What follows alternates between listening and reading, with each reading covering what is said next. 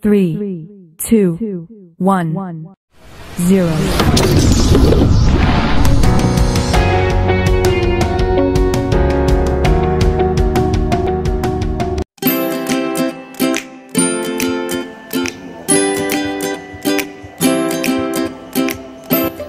Assalamualaikum warahmatullahi wabarakatuh. Berjumpa kembali dengan pembelajaran kita kali ini, tema 8, subtema 3, mata pelajaran bahasa Indonesia dengan pokok bahasan tokoh pada teks fiksi. Namun sebelum kita mulai pembelajaran kali ini, mari kita berdoa kepada Allah Subhanahu wa taala. Apa yang saya sampaikan semoga bisa dengan mudah dipahami. Selamat menyaksikan.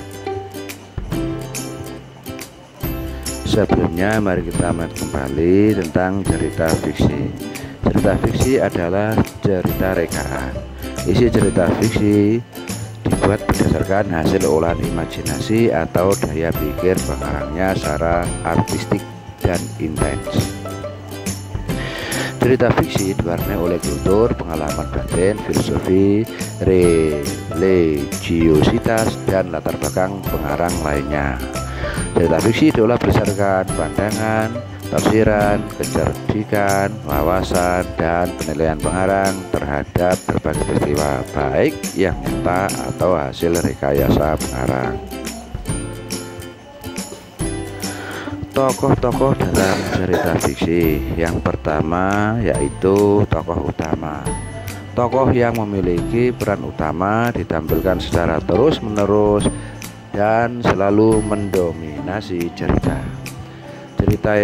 Tokoh yang kedua yaitu tokoh pembantu, disebut tokoh figuran yang dimunculkan sekali dalam cerita untuk menghidupkan atau sekedar pemanis cerita. Ada tokoh protagonis bersifat baik hati dan lawannya adalah tokoh antagonis bersifat jahat. Ada lagi tokoh tritagonis sebagai penengah dan tidak memihak.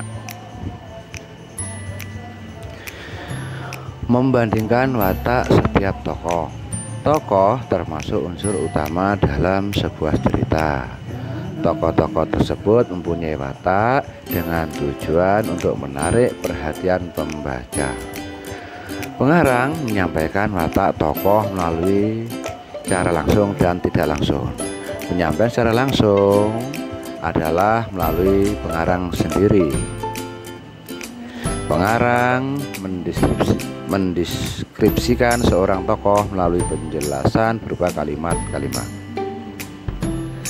Penyampaian watak secara tidak langsung adalah melalui pikiran tokoh, percakapan antar tokoh, tindakan tokoh, serta pendapat tokoh lain.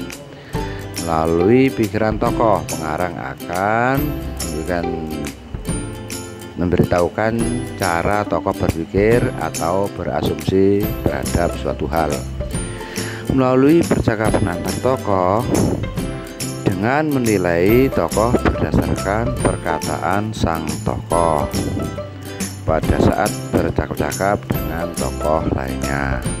Melalui tindakan tokoh, biasanya melalui perilaku yang ditampilkan oleh tokoh tersebut, serta melalui pendapat tokoh lain, biasanya pendapat, pandangan, komentar dari tokoh lain dalam suatu cerita. Lanjut. Cukup sekian materi yang bisa saya sampaikan, semoga bisa bermanfaat. Terima kasih telah menyaksikan, telah memperhatikan materi bahasa Indonesia pada kali ini. Sekian dari saya. Assalamualaikum warahmatullahi wabarakatuh.